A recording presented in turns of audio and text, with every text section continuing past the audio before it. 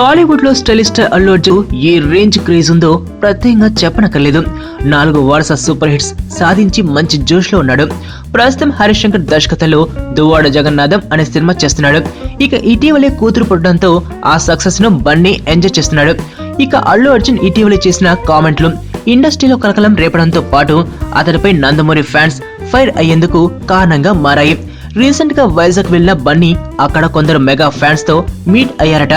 ఈ నేపథ్యంలో అల్లు అర్జున్ బాలయ్య 100వ సినిమా గురించి పరోక్షంగా సెటిల్ వేసినట్లు సోషల్ మీడియాలో ప్రచారం జరుగుతుంది. అక్కడ మెగా ఫ్యాన్స్ తో బన్నీ మాట్లాడుతూ ఈసారి సంక్రాంతి మనదే అని వ్యాఖ్యానించినట్లు టాక్.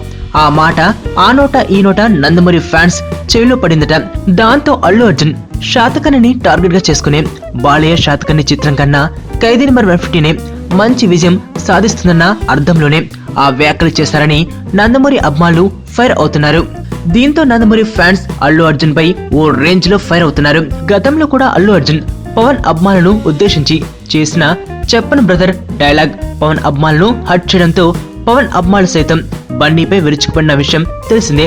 ఇక ఇప్పుడు మరోసారి బన్నీ ఈ వ్యాఖ్యలతో వార్తల్లో నిలిచాడు.